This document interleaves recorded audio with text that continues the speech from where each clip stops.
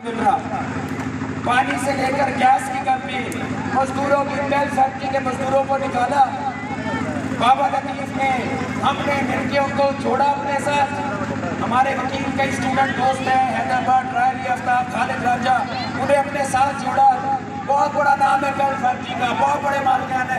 हमने कहा नहीं, अल्लाह ताला से बड़ा कोई भी नहीं हो, जो हक में निकल जाए वो अल्लाह ताला के रास्ते में चल रहा है, तो ऐसी कोई बात नहीं है। हम कोर्ट में जाके उनका केस लड़ा।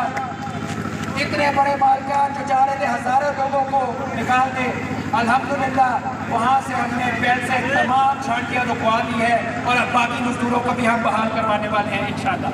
ये थी हमारी जद्दोजहद, जिसकी वजह से सैकड़ों मजदूरों के खानदान बच गए। इसी तरह डीसी ऑफिस लाहौर, जो कि गढ़ समझा जाता है बदमाशी का, साफ पानी के लिए हमने वहाँ मुजाहरा किया। डीसी साहिबा बाहर नहीं आई, हमने उन्हें मौका दिया। जब वापस नहीं आई तो हम चुप करके वापस नहीं चले गए। हमने डीसी ऑफिस का जो बड़ा दरवाजा था उसे ठुड्डे मार के खोला और डीसी ऑफिस के अंदर जाके 4 घंटे तक डीसी ऑफिस का घेराव किए रखा।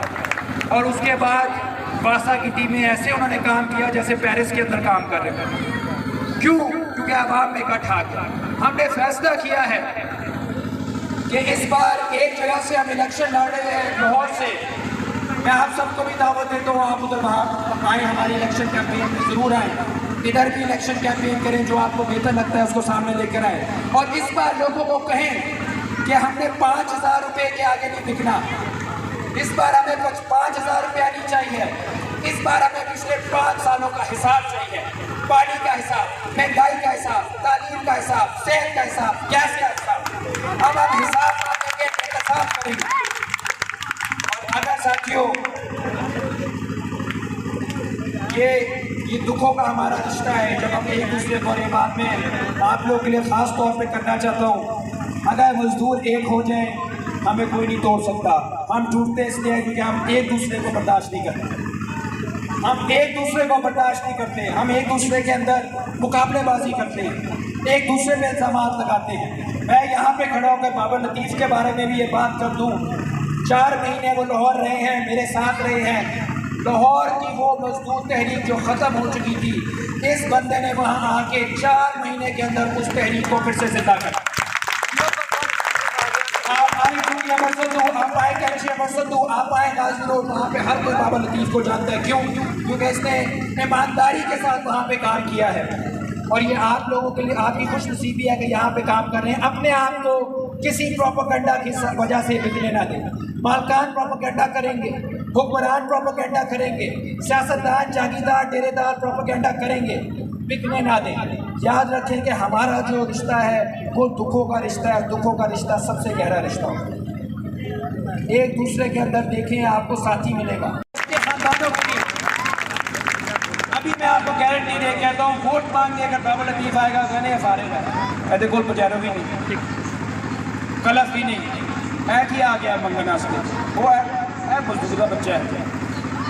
ये हमारी सोच बन चुकी है कि अपने जो मोहसिन हैं उन्हें हम छोटा समझें, और जो ये चमक दमक वाले हैं, ये जिनके गनमैन हैं, इन्हें हम अपना मुहाफ़िज़ समझें। ये याद कर लें, ये जो सारी चमक दमक आपको नजर आएगी इलेक्शन के दौरान, ये सारी बड़ी बड़ी गाड़ियां आपको नजर आएंगी इलेक्शन के दौरान, ये जो बड़े बड़े गनमैन आपको नजर आएंगे इलेक्शन के दौरान, ये कुछ ये चमक दमक कुछ भी नहीं है। ये आपका, आपके बुजुर्गों का और आपके बच्चों का टूटा हुआ खून पसीना है, जिसकी वजह से चमक दमक है। ये आपकी मेहनत है जिसकी वजह से इनकी चमक दमक है, जो आज आप ही को दबाने के लिए इस्तेमाल की जा रही है। हम जिस हल्के में काम कर रहे हैं, नौजवान कभी कहते हैं कि यार काश मेरा बाप भी सियाना होता, वो कोई कर लेता कोई ना दे नाल गलबात फैक्ट्री के अंदर, हो सकता है साढ़े कोल भी पजैरो होती, साढ़े कोल भी करोला होती। इस तरह की बातें हमारे जहनों में डाली थी। हम एक ही बात उन बच्चों से करते हैं, और सारे नौजवान याद रखिए, अगर आप इस पाकिस्तान के अंदर मेहनत कश हैं, गरीब हैं, मिडिल क्लास हैं, तो इसका मतलब है कि आप खुश नसीब हैं, क्योंकि आपके बाप ने आपको हलाल की रोटी कमा कर खिलाई है। आप अपने बाप की इज्जत करें, जिसने अपनी मेहनत से आपको हलाल की रोटी कमा के खाई है। ना पाकिस्तान को लूटा है, ना इस माशरे को लूटा है, ना इदारों को लूटा है, ना इस समाज को लूटा है। तो जब आपने हलाल की रोटी खाई है, आपके बाप ने आपको हलाल की रोटी खिलाई है, तो फिर किसी चौधरी के आगे आप क्यों झुके? आप खुद चौधरी हैं, आप मेहनतकश हैं, आप लीडर हैं, आप इस मुल्क के मुस्तकबिल हैं। अपने अंदर से गुलाम निकाल दें। मैं अपनी बात का इख्तिताम हम अपनी इलेक्शन कैंपेन से के बारे में थोड़ा सा बता के करूँगा। चूँकि अमर सत्तू में यह हकूक़ कल पार्टी का हम झंडा लेकर गए चंद महीने पहले, लोगों ने कहा कि नवी पार्टी आ गई है। लोगों को उनसे उनका हाफजा छीन लिया गया है। टिकटॉक पे बच्चे लगे रहते हैं, उन्हें माजी का नहीं पता। हम उस इलाके से लड़ रहे हैं जहाँ पे एक बहुत मशहूर लेबर लीडर आया था। मैं थोड़ी सी ही बात रखूंगा आपके सामने और बहुत सीधी सीधी बात रखूंगा। और वो बात ये है कि इस वक्त जो मुझे नजर आ रहा है और जो शायद आप लोग को भी नजर आ रहा है कि इस मुल्क के अंदर एक मिडिल क्लास शख्स का, एक नौजवान का, एक मजदूर का मुस्तकबिल नहीं बचा। वाले से नहीं कर रहा, ये मैं आपको एदाद शुमार के साथ बता सकता हूँ कि हमारा मुस्तकबिल हमसे छीन लिया गया है। कैसे? इसी मुल्क के अंदर आपने सुना होगा कि हमारे वजीर आजम भी, तमाम काबीना भी भगड़े डाल रहे हैं कि इन्हें 2-3 अरब डॉलर की भीख मिली है। देखा है आपने? वो IMF ने $3 मिलियन दे दिए, उस पे नाच रहे हैं। हकीकत क्या है? हकीकत यह है कि जो गरीब मुल्क है इसमें सालाना मराद अमीरों को कितनी मिल रही है? 17.4 अरब डॉलर। 17.4 अरब डॉलर अमीर हमसे हर साल लेकर जा रहे हैं। उनके टैक्स माफ हो रहे हैं, उनके कर्जे माफ हो रहे हैं, उन्हें बिजनेस में छूट मिल रही है, उनको जमीनें मुफ्त मिल रही हैं। एक मिसाल आपको देता हूँ, लाहौर में अयाशियों का अड्डा है जिमखाना क्लब। सुना हुआ आपने? जिमखाना इधर भी है, जिमखाना क्लब इधर जनाब क्लब है। जिमखाना क्लब साल का कितना टैक्स देता है? साल का टैक्स देता है 5,000 रुपया।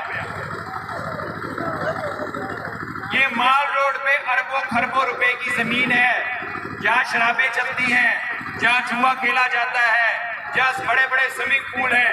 साल का वो टैक्स दे रहे हैं 5,000 रुपया। एक 3 मरले में रहने वाला मजदूर, उसका माहाना बिजली का बिल कम से कम 20,000 रुपया आ जाता है।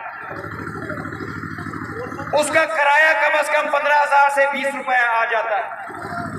उसका माहाना बच्चों के जो तालीम की फीस है वो कम से कम 2 से 3,000 रुपये आ जाती है। यानी इस जो बच्चे सामने बैठे हुए हैं, इनकी तालीम पे जो एक गरीब बाप एक बच्चे की तालीम पे पैसा खर्च रहा है साल में, वो कम से कम 25-30 हजार रुपया है। और जो अमीरों की अयाशियों का अड्डा है वो साल का 5,000 रुपये टैक्स दे रहा है। ये कोई इंसाफ का तकाजा है? ये जमहूरियत है? ये माशी पॉलिसी है? जो हुक्मरान अपनी अयाशों का बोझ इन गरीबों और उनके बच्चों के ऊपर लाते हैं, मेरे नजदीक वो हुक्मरान कहने के काबिल नहीं, वो वोट के काबिल नहीं, वो मोहब्बत के काबिल नहीं, वो सिर्फ और सिर्फ हमारी लानतों के काबिल है। और दोस्तों, जो 10 बात मैं करना जा रहा हूं वो ये है कि ये हमारे ऊपर मुसल्लत है। अभी इस वक्त वर्ल्ड मैं पूछता हूँ 91 अरब डॉलर क्या सुधार में लगा है? मैं भी यहाँ से चल के आया हूँ, सारे नाले के पानी से गुजर के हम आए। यहाँ पानी भी साफ नहीं है, यहाँ पे लोगों को तालीम भी नहीं मिल रही, सेहत भी नहीं मिल रही, रोजगार पूरा नहीं मिल रहा। तो ये पैसा गया किधर है? ये पैसा सारा चला गया डिफेंस में, ये पैसा सारा चला गया GOR में, ये पैसा सारा चला गया बहरिया टाउन में, ये पैसा सारा चला गया क्लिफ्टन में, बड़ी बड़ी अमीरों की सोसाइटी में सारा पैसा चला गया। क्या अफसोस की बात है कि मेहनत कशों के घर आज फाके हैं। वो मेहनत कश जिसका अमीरों से फर्क यह है कि डिफेंस वाले सारे 6 महीने के लिए पाकिस्तान छोड़कर चला जाए, पाकिस्तान चलता रहेगा, लेकिन सुधार का मजदूर एक दिन भी काम पे ना जाए, पूरा पाकिस्तान की मईशत रुक जाएगी। ये है मजदूरों की ताकत, उन मजदूरों की, मेहनत कशों की ताकत जिसकी बुनियाद पे सारी दौलत बनती है। उन्हीं के घरों में फाके है। वो जो तल्ख बात है वो ये है कि जो ऊपर बैठे हुए हैं उन्हें मालूम है कि गरीबों को हमने इतना मजबूर कर दिया है, हमने इतना बेबस लाचार कर दिया है कि हम 5 साल उन्हें अपनी शक्ल ना दिखाएं, आखिरी 2 महीने या 1 महीना हम जाएंगे, बड़ी बड़ी बाजारों में जाएंगे, 5000 रुपए एक वोटर को देंगे और वो हमारी बल्ले बल्ले करेगा। चौधरी साहबा, राणा साहबा, खोकर साहबा, वो ना ये सोचेगा कि पिछले 5 साल क्या हुआ, ना वो ये सोचेगा अगले 5 साल क्या होना है। ये है उनकी प्लानिंग। और हमारे अंदर एक गुलाम उन्होंने बना दिया है कि जब हम ये चमक दमक देखते हैं बड़ी बड़ी पुजारों की, तो हम झुक जाते हैं उनके आगे। चौधरी साहब देखो, चौधरी साहब ने मैनू वेख्या है, उन्हें मेरा नाम लिया है, वो मेरे नाल मुस्कुरा के उन्हें गल की है, ਉਹਦੀ टोर देखो, ਉਹਦੇ गनमैन देखो, ਉਹਦੇ बॉडीगार्ड देखो, ਉਹਦੀ गड्डी देखो। ये हमारी सोच बना दी गई है। हमारे सामने कोई बाबा लतीफ जैसा लीडर आएगा जो दिन रात मजदूरों के लिए कुर्बानी दे रहा है, दिन रात